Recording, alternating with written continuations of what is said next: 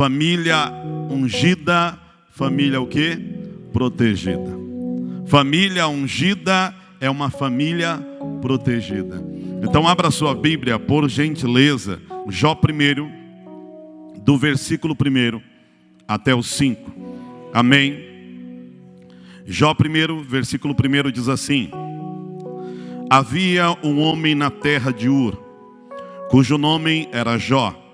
E este homem era sincero, reto e temente a Deus, e desviava-se do mal. Nasceram-lhe 7 filhos e 3 filhas. Quantos filhos? Quantas filhas? E era o seu gado 7.000 ovelhas e 3.000 camelos, e 500 juntas de boi, e 500 jumentas. E era também muitíssima gente ao seu serviço, de maneira que este homem era o maior do que todos do Oriente. E ia a seus filhos, e faziam banquetes em casa de cada um no seu dia. E enviava e convidava os seus 3 irmãos, e comeram e beberam com eles. Sucedeu, pois, que tendo decorrido o turno dos dias de seus banquetes, enviava Jó e os sacrificava, e se levantava de madrugada, e oferecia holocausto segundo o número de todos eles. Porque dizia Jó: porventura pecaram meus filhos e blasfemaram de Deus no seu coração. Assim fazia Jó continuamente. Você pode sentar em nome de Jesus. Jó fazia isso, que a igreja? Continuamente. A palavra de Deus, a primeira coisa que eu quero dizer a você aqui: quando o pai assume o papel de sacerdote, toda a sua família, ela está protegida. Vou dizer de novo: quando o pai assume o papel de sacerdote, toda a sua família está protegida. Toda a sua família começa a ser blindada pelos ataques que Satanás vem trazer. Se há algum homem hoje aqui, e eu posso incluir também as mulheres, que de alguma forma ou por algum motivo abandonou o seu papel de sacerdote, retome novamente. Retome novamente.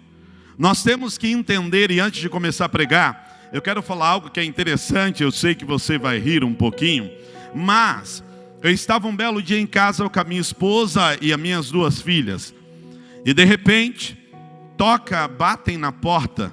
Bateu na porta. Eu moro em um condomínio de prédios, e quando bateram na porta, eu fui atender, e eu não tenho aquele visorzinho para ver quem está do outro lado. E naquele momento eu perguntei quem é, o que seria. Não interfonaram para mim. E a pessoa: eu vim para o senhor assinar um papel. E eu perguntei de novo: quem é? O que você gostaria? Eu vim para o senhor assinar um papel. Que papel? Ficou sem me dar resposta. Naquele momento eu falei: me deu alguns minutos aí. E eu liguei na portaria, e a pessoa que me atendeu na portaria do prédio também ficou assustado. E eu perguntei se tem alguém batendo na minha porta e dizendo que eu preciso assinar um documento que a administração mandou. Mas é um sábado. A administração não manda nada nesse dia de sábado. E a outra pessoa do outro lado não sabia responder, gaguejou, ficou nervoso.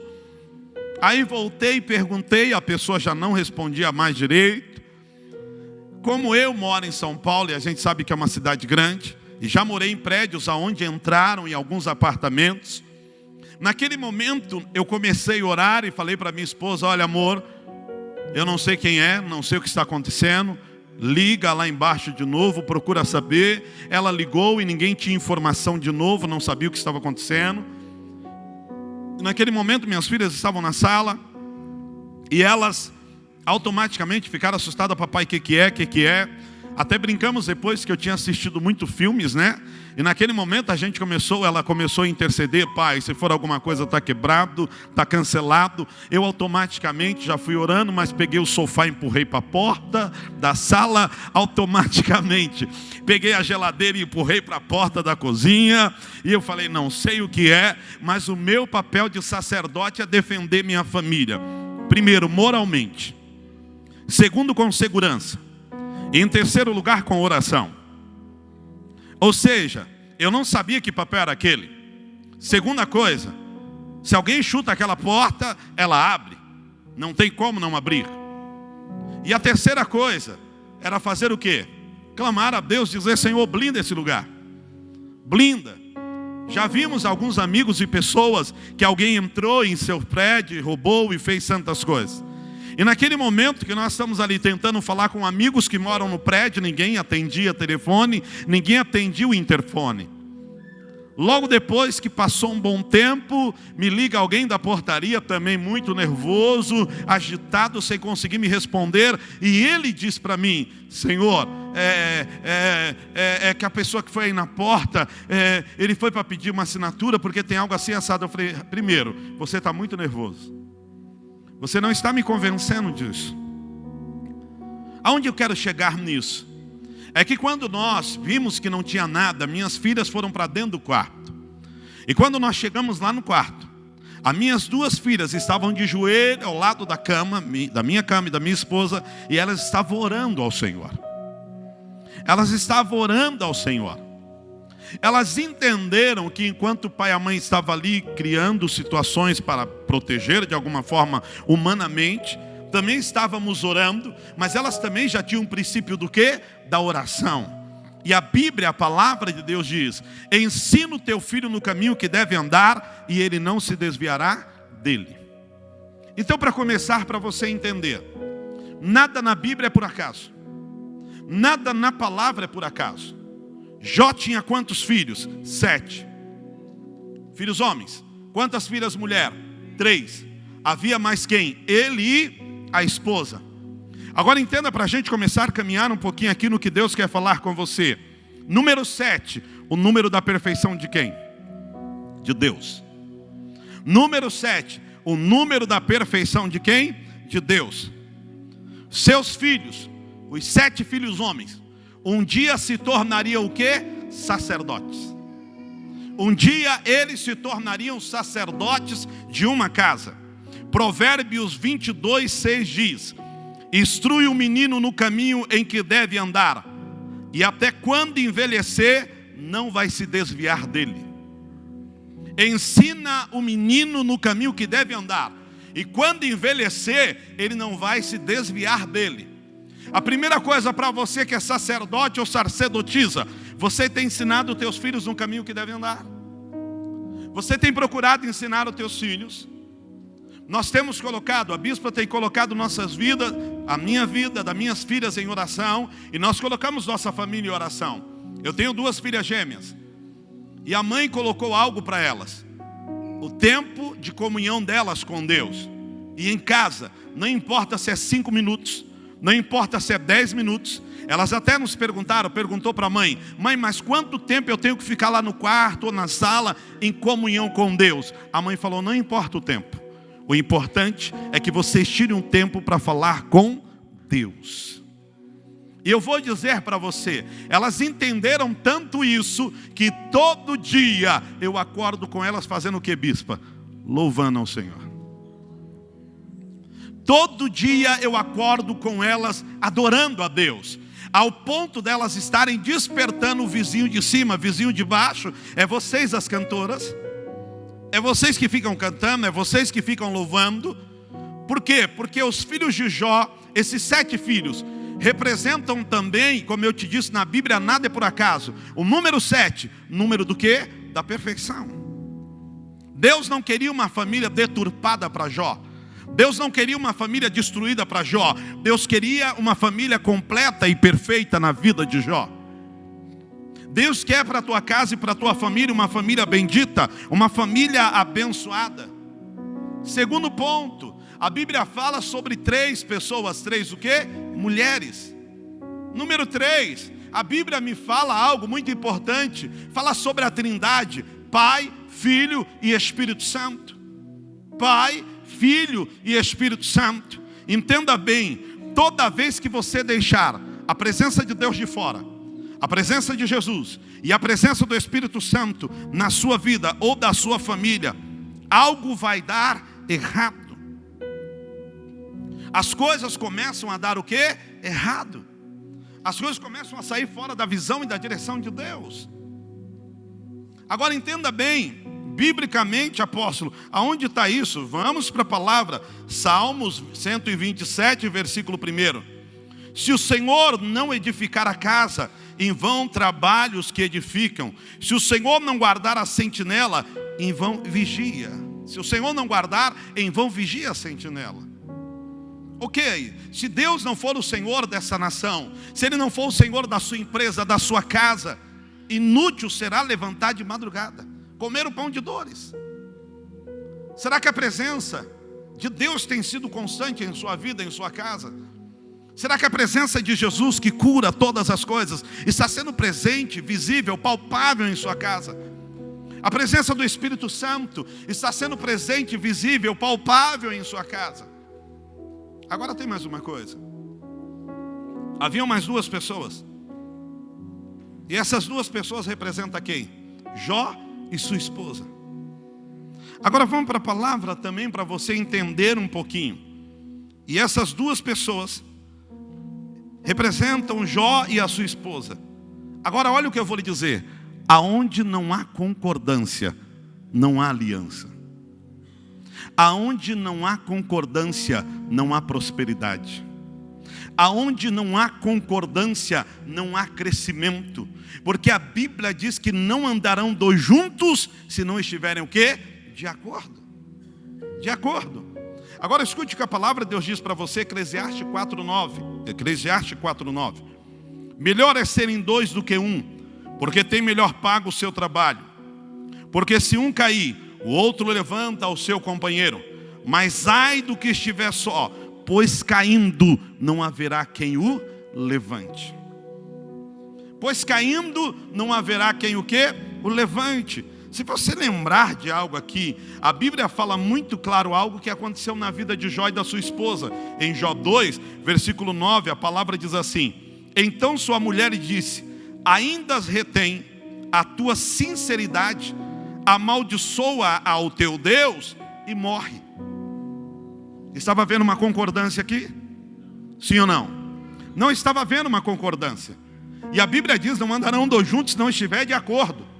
A Bíblia está dizendo que é melhor serem dois do que um, porque tem melhor pago o seu trabalho. Se um cair, o outro ajuda a levantar, mas ai do que estiver só. Agora veja que não há concordância, porque Deus não mandou Jó responder o que ele respondeu. Porque no versículo 10, Jó responde assim: porque assim como cai, mas ele disse-lhe, como fala qualquer doida, assim falas tu. Está havendo concordância?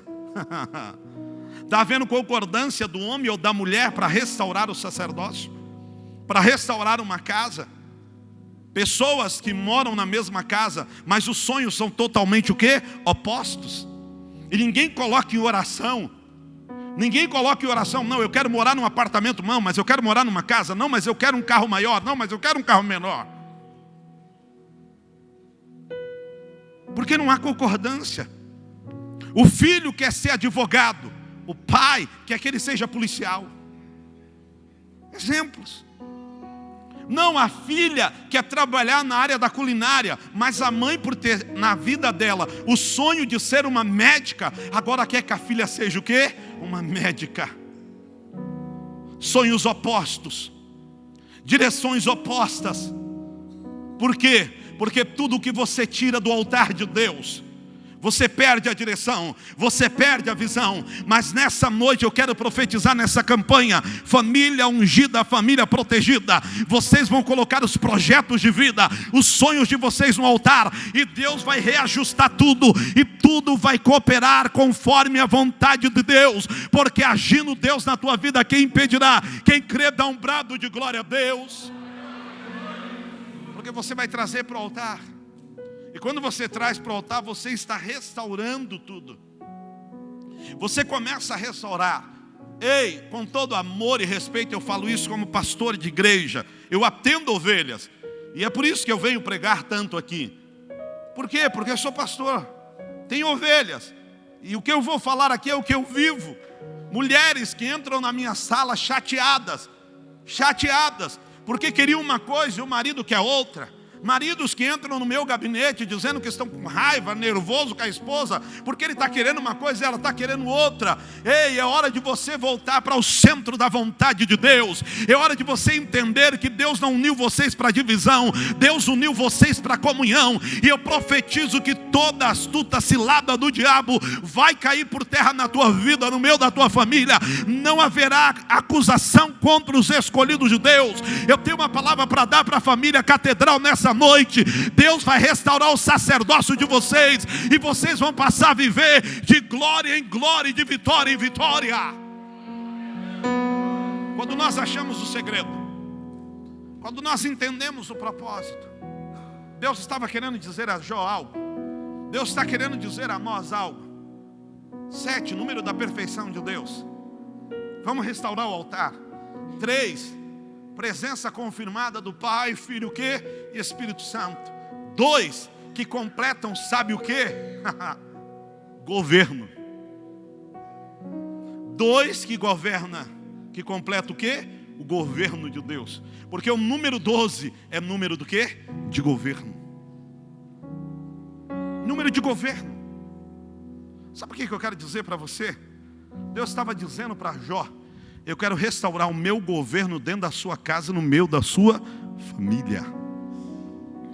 É tanto número de governo que, se não fosse, e eu vou dizer para você, e depois você entra lá, porque não é sobre isso que eu quero falar, não é sobre G12, não é isso. Mas o que eu quero falar é sobre o governo de Deus estabelecido na minha casa, na sua casa, na minha família e na sua família. É tão forte esse número 12 de governo de Deus estabelecido, que eu tenho uma palavra para te dar. Se você lembrar, quando Judas traiu a Jesus, ficou 11? Ficou 11? Mas só ficaram 11? Não. Foi estabelecido um novo sacerdote. Foi estabelecido um novo apóstolo. Foi estabelecido mais alguém. E voltou o que? O número 12. Porque é número do quê? De governo. Esse número de governo veio tão forte na vida de Jacó, porque Deus faz uma promessa a Abraão, dizendo: Abraão, fica tranquilo, você será pai de uma grande nação. E aonde é estabelecido essa promessa que Deus fez a Abraão? Na vida de quem? De Jacó. Porque ali se levanta o quê? As 12 tribos. Entendo que Deus quer tratar com você hoje aqui. Ele está dizendo que Ele quer estabelecer algo do governo dEle novamente na minha casa e na sua casa. Família unida, família protegida, tem a perfeição de Deus. As pessoas vão olhar para você e vão dizer: como eu quero viver o que essa família está vivendo. Que igreja que você é? Por que você tem tudo isso? Porque eu estou debaixo do governo de Deus. E debaixo do governo de Deus não há crise. Debaixo do governo de Deus, ainda que venha a enfermidade, vai haver cura. Ei, eu acho que só alguns entenderam. Debaixo do governo de Deus não há crise. Debaixo do governo de Deus, ainda que venha a enfermidade, haverá cura. Quem crê nessa noite? Ele está dizendo a você que o governo dele, quando é estabelecido, a primeira coisa, ele coloca a casa em ordem. E aí as pessoas olham para você como uma família, como glória a Deus. As pessoas têm olhado para a minha família, e eu vejo que a maioria das vezes não é inveja, não. As pessoas veem que o Senhor está honrando a minha casa, está honrando minha esposa, as minhas filhas. E alguns até expressam, aqueles que são mais abertos: como eu amo a tua família, como eu quero ter uma família igual à sua. Que coisa gostosa, que coisa boa, porque o governo dele foi estabelecido. E sabe por que disso? Porque além de chamar a atenção por andar na visão de Deus, na direção de Deus, ainda temos a presença do Espírito Santo, temos a presença de Jesus, temos a presença de Deus. E podemos olhar e ver também algo, que são os dois que andam em comunhão. Eu e a minha esposa andamos em comunhão. Não há luta? Há luta. Não há desafios? Há desafios. Se você perguntar se há discordâncias de algumas coisas, sim. Em primeiro lugar, ela usa vestido e eu uso calça. Mas toda vez que algo quer sair fora do normal e do natural, a gente começa a orar. Senhor, a Tati está certa, eu estou certo, quem está certo? Alinha isso aqui, Pai. Alinha os nossos sonhos, alinha o nosso propósito. Alinha, Pai, porque o Senhor sabe como fazer isso melhor que a gente. O Senhor sabe como alinhar. Você prefere um lar, meu querido, onde você seja com todo amor um xureque, é onde você é um príncipe. Você prefere um lar, irmã, onde você seja uma Fiona ou onde você é uma princesa?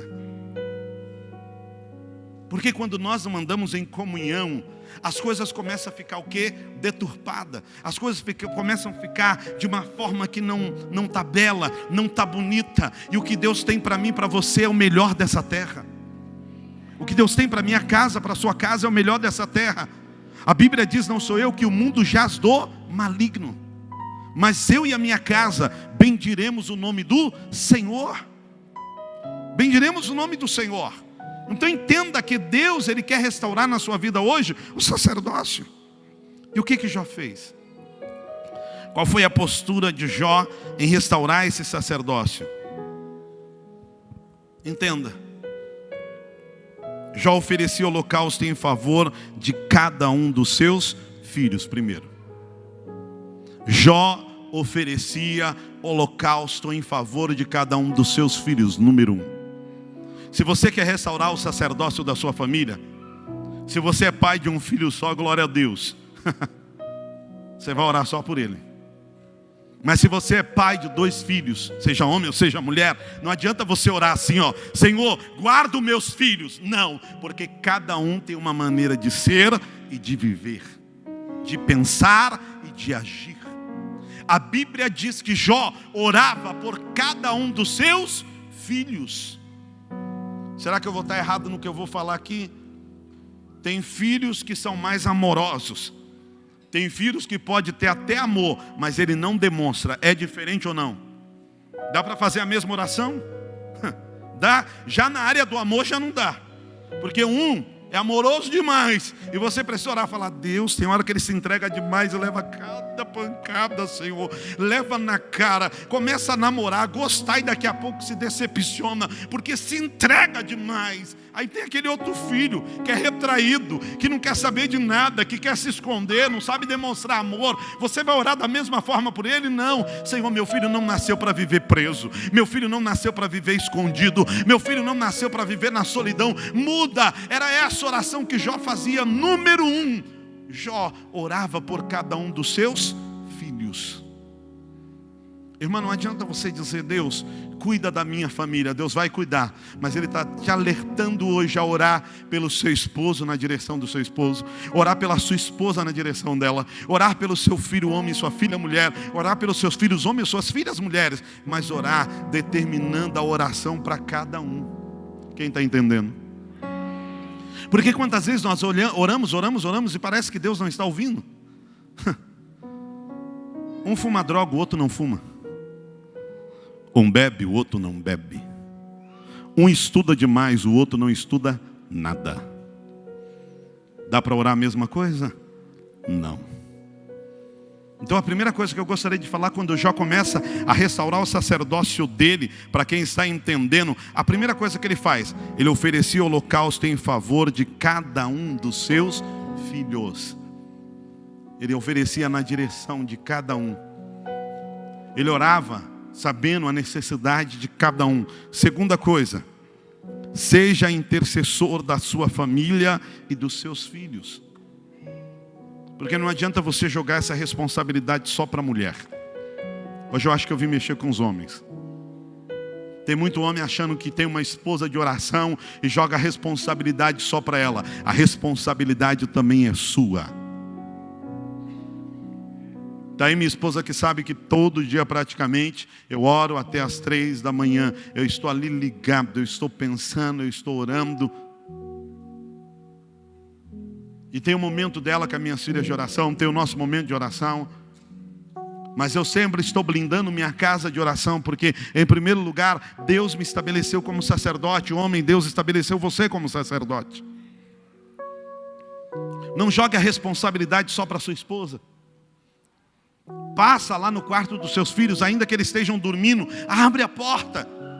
devagarzinho para não acordar, ok, porque você não quer que ele acorde, não precisa acordar, mas estenda a mão sobre eles e profetiza um dia de milagre, dia de vida, dia de paz, dia de qualidade. Vai lá e profetiza. Faça o que a maioria das vezes eu tenho feito, porque a bispa dorme bem mais cedo que eu, e a maioria das vezes ela não vê quando eu estou orando por ela, e às vezes eu vou para a cama e ali deitado do lado dela eu começo a orar: Deus abençoe a minha esposa, que ela levante bem disposta, e se puder, Senhor, na madrugada, mais disposta ainda comigo. Faça a oração, ore. Comece a orar, comece a declarar. Não deixe só o papel dela orar, não. É o seu papel também orar. É o seu papel clamar pela sua família. Levante uma vida de oração pela sua casa e pela sua família. Quem está entendendo? Levante uma vida de oração. Você vai ver quantas coisas vão mudar na sua vida. Você vai ver quantas coisas vão mudar na vida do seu filho, da sua filha, da sua família. Se há alguém aqui que não tem feito isso, é hora de você restaurar o sacerdócio. A terceira coisa, Jó ficava preocupado com o bem-estar dos seus filhos. Jó ficava preocupado com o bem-estar espiritual dos seus filhos. Você está preocupado com o bem-estar dos seus filhos espirituais? Você está preocupado com o bem-estar dos seus filhos? Mas não um bem-estar apenas econômico, mas um bem-estar espiritual. Um bem-estar espiritual, que é o que eu disse para você. Se você quiser, tem prova de 2 meninas que têm 10 anos, louvando ao Senhor. Entra no meu Instagram, entra do André e Felipe, e você vai ver lá elas adorando ao Senhor. Porque nós nos preocupamos com o bem-estar espiritual delas. Você tem ensinado o bem-estar espiritual para a vida financeira dos seus filhos? Porque eu tenho um princípio: ainda que seja pouquinho, eu dou mesada para minhas filhas. Ainda que seja pouquinho, porque não importa o valor, é a atitude. E por que eu dou um dinheiro para elas? Porque está sobrando? A maioria das vezes não sobra. Mas porque eu queria ensinar um outro princípio: fidelidade a Deus. E a primeira coisa que elas fazem é tirar o quê? O dízimo do Senhor. E sabe o que aconteceu com isso, pastor Salmo? Elas já viraram empresária.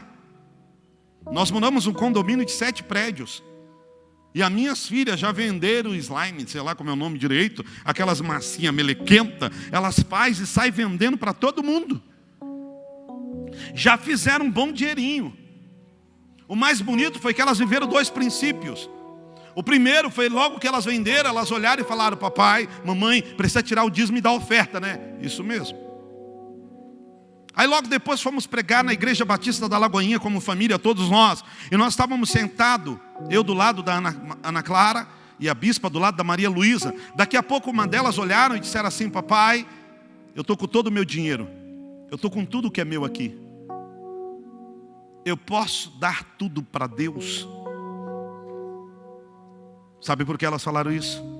Porque elas já me viram como sacerdote entregar tudo para Deus. E elas entregaram tudo para Deus. Agora o mais interessante, gêmeos tem muito disso. A outra estava longe da gente, longe de mim, da irmã, mas estava do lado da mãe. E a outra falou para a mãe: mãe, eu posso dar tudo o que eu tenho para Deus. Elas têm uma conexão muito forte. Uma não viu a outra entregando. E a mãe falou: se você está sentindo no seu coração, dê tudo. E ela deu. Agora olhe para mim aqui. 2 semanas depois, as nossas filhas foram convidadas para ser garota propaganda de uma cola muito print que tem no mercado. Você acha que isso foi fruto do quê? De uma semente, de uma oferta. O que você está ensinando o seu filho? Você está aqui? O que você está ensinando sua família? Jó se preocupava com a vida espiritual dos seus filhos, com o bem-estar espiritual dos seus filhos, com o bem-estar espiritual, com o bem-estar financeiro. Jó se preocupou. E ele oferecia sacrifícios ao Senhor pelos seus filhos. E viu o resultado, e eu tenho visto o resultado na vida das minhas filhas, de fidelidade com o Senhor. Deus te convidou hoje para estar aqui, para dizer para você: eu quero restaurar esse sacerdócio. Aonde nós encontramos que Jó se preocupa com isso? Jó não orava algumas vezes pelos seus filhos. Ele fazia contínua oração. Jó 1, versículo 4 e 5 fala sobre isso. Que Jó fazia contínua oração. Escute, ore. Se não resolveu, continue orando. Se não recebeu a resposta, continue orando. Deus não é homem para que minta, nem filho do homem para que se arrependa. Ore. Continue orando. Nós temos amigos no Rio de Janeiro, casal de pastores. E eu vou dizer para você que tinha dias que eu preferia dormir no hotel. Não sei nem se eles estão me assistindo agora. Mas tinha vezes que nós preferíamos dormir no hotel. Mas eles falavam, vem dormir na minha casa. E a gente ia. Mas eu nunca vi. O nome do meu filho vai ser Mateus também. O Mateus de 9 anos pegava a bateria dentro do quarto dele. E meu filho, aquele menino batia a bateria que sinceramente dava vontade de entrar no carro e ir para o hotel. E aquele menino batia a bateria. E aquilo que a gente não é de casa, né? A gente fica, meu Deus do céu, será que a irmã não vai falar com esse menino? Será que a irmã não vai mandar ele parar de bater? Aí ela vinha e falava, apóstolo, perdão, esse menino está acordando vocês. Ele não deixa ninguém dormir. Meus vizinhos já reclamaram, todo mundo reclamou. Aí daqui a pouco Deus olhou e falou, você não vai falar o que você quer, você vai falar o que eu quero. E eu olhei para ela e eu disse, fica tranquila. Descansa. Aguenta firme, porque lá no futuro você vai saber o porquê dessa batida de bateria. Hoje, o Mateus é um grande compositor de louvores de adoração para Deus. Você vê como muda o papel de um sacerdote, o papel de uma sacerdotisa, a palavra que você libera, o que sai da sua boca. Muitas vezes aquilo que está te incomodando, você pode mudar aquilo, não mais incomodar, mas ver o que Deus tem por trás daquilo. Apóstolo, eu estou passando uma luta grande, então começa a parar de ver a luta e veja depois da luta o testemunho da vitória que você ganhou através da luta. Comece a entender que todas as coisas cooperam para o bem daquele que o quê? Que ama a Deus e confia na sua palavra. Sabe por quê, querido? Para quem está anotando, anote isso aí. Um pai ou uma mãe intercessor ergue uma parede de proteção ao redor dos seus filhos. Vem para mim aqui. Eu vou falar de alguém conhecido que fica mais fácil. Renata Valadão, alguém conhece? Pastora Renata Valadão, uma família que eu amo, frequento sua casa, já fui até para o fogão cozinhar. Fiz comida até.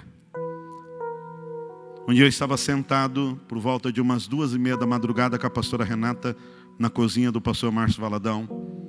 E nós estávamos lá conversando e de repente ela falou para mim, filho, todo mundo olha hoje a vida do André, a vida da Ana, da Mari, e não vê o quanto que foi desafiador todo esse processo. Eu falei, pastora, no período de adolescência, que é jovens, normal, como todo mundo, o que você fazia? Ela falou, boa pergunta. Eu orava todos os dias, 1 hora por dia, em mistério, em línguas estranhas, em favor dos 3. Eu vou te perguntar uma coisa, mãe. Será que você sabe o que é orar em mistério? Será que você sabe o que é orar em línguas estranhas? É uma oração que ninguém sabe. Só quem ouve é quem? Deus. Você não acha que não está na hora de você restaurar esse ministério? Homem, você não acha que não está na hora de você restaurar esse ministério? Porque aquilo que as pessoas olhavam, Renata de um lado para o outro em casa, e alguns até olhavam, outros sabiam, remachere calamarrabarabachei, rebacone machere candorou e vachereba, ribecondorou calamachere candorou, rebiavocara machere candorou vesa, ribiacore machere candorou becarabá, rebiaformará. Parecia uma loucura. Mas o diabo não sabia o que ela estava orando. O diabo não sabia o que ela estava declarando para o futuro dos filhos. E hoje eu e você conhecemos eles como pessoas abençoadas por Deus, como pessoas conhecidas na mídia, na sociedade, como adoradores. Eu tenho uma notícia para te dar, mãe e pai: restaure o sacerdócio da sua casa, porque os teus filhos serão conhecidos como príncipe e princesas do Senhor, serão conhecidos como homens e mulheres, herdeiros e co-herdeiros da glória de Deus. Quem crê dá um brado de júbilo, de glória a Deus. Algumas coisas no sacerdócio nós precisamos restaurar, porque o pai e a mãe que se tornam intercessor, ele cria uma blindagem, ele protege. Como isso? Para ir encerrando a mensagem, eu estava em um determinado país da Europa, e de repente eu vi uma filha de uma irmã, seus filhos, oramos, e eu disse para ela: toda vez que você orar pelos seus 3 filhos, diga: Senhor, blinda eles por onde quer que forem, blinda eles por onde quer que andarem. E falei isso para ela. 2 anos se passaram. 2 anos.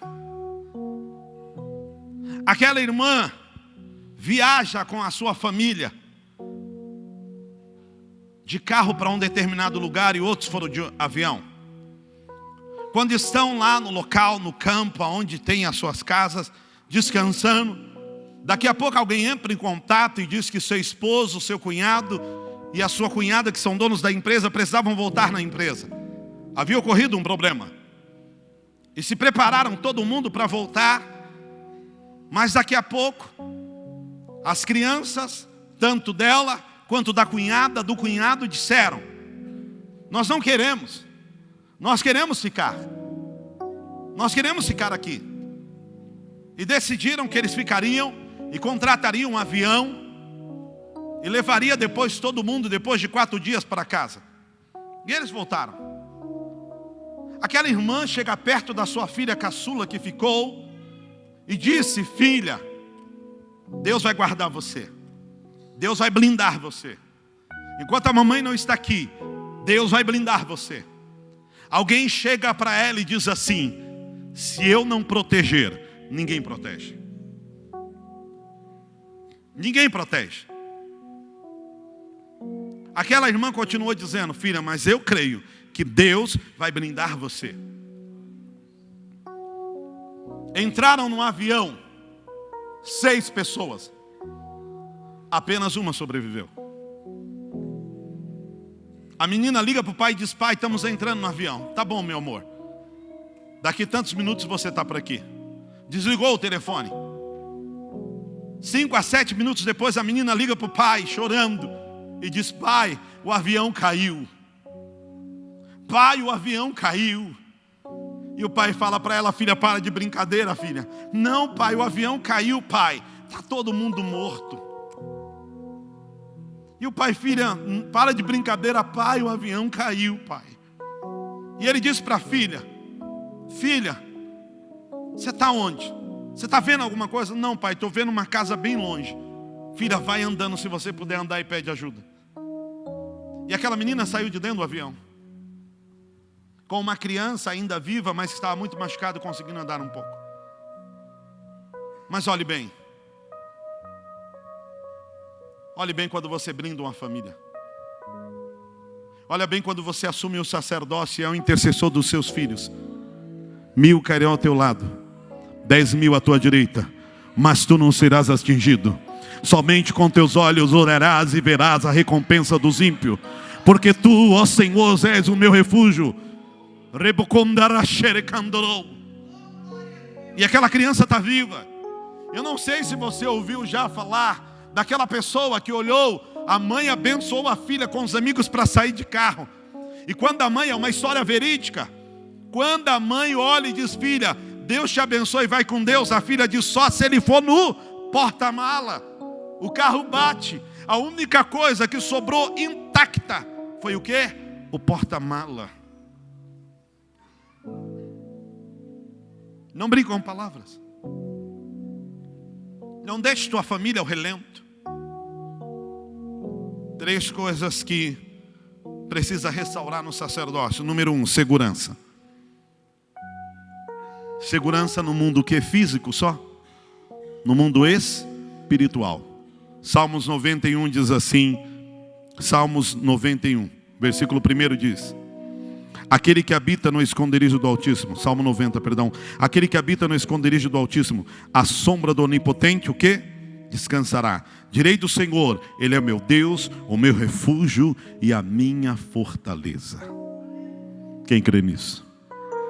Restaure a segurança da sua família. Número 2 que você precisa restaurar. Guarde isso aí que Deus está falando. Quando eu leio esse versículo, aquele que habita no esconderijo do Altíssimo, cada vez que eu leio esse versículo, esse texto, eu me lembro da minha mãe, pastora Cássia, de madrugada, debruçada na cama dela, orando por mim e pelos meus irmãos. Porque minha mãe orava esse salmo toda noite.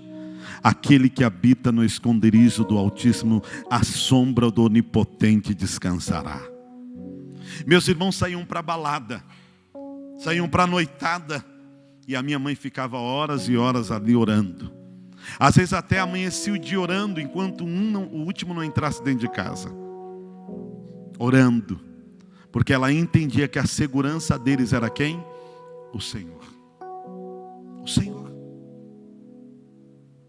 Outra coisa, Salmos 90, diz assim, a palavra do Senhor está dizendo a você, versículo 3 e 4 diz: porque Ele te livrará do laço do passarinheiro e da peste perniciosa.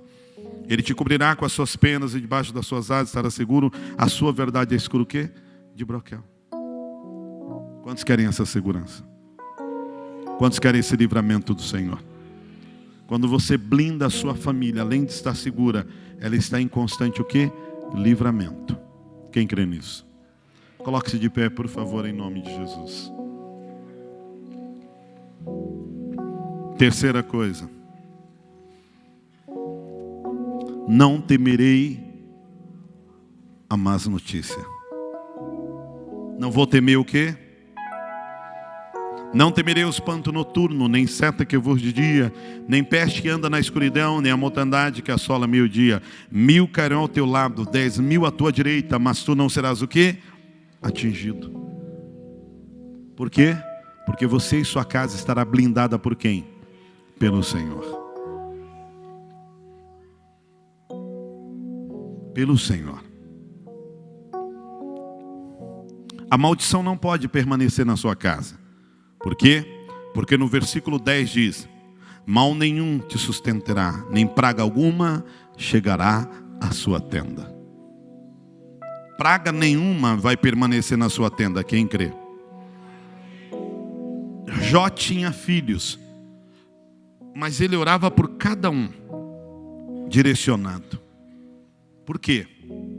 Porque ele entendeu algo que está em Gálatas 5:22. Gálatas 5:22. Mas o fruto do Espírito é a caridade, o gozo, a paz, a longanimidade, a benignidade, bondade, fé, mansidão e temperança. Já orava por cada um em uma direção. Se nós entendemos que nós estamos em uma campanha, família ungida, família protegida, nós temos que entender que um novo tempo Deus estabeleceu para você. Por um tempo, mesmo sendo apóstolo, pastor, eu deixei de ser sacerdote achando que eu era. Porque eu estava sendo um sacerdote lá fora. Mas você se tornou um mau marido? Não. Um mau pai? Não. Mas quantas vezes eu não sentava ou não reunia com ela para orar? Por quê? Porque não fui eu o primeiro a chamar para orar? Então, amor, vamos orar? Não. Já orei. Eu não sei se esse é o seu problema. Entenda, homens. Eu não sei. Eu sei que muitas vezes nós, como homens, não queremos se humilhar. E eu tive que entender que nessa área eu não estava me humilhando para ninguém. Eu estava me curvando para Deus. E tenho visto que depois que eu e a minha esposa temos orado juntos, os céus estão se abrindo. Os céus estão ficando favoráveis, estão abertos ao meu favor. E hoje eu sei que eu posso pedir o que eu quiser e Deus vai me dar.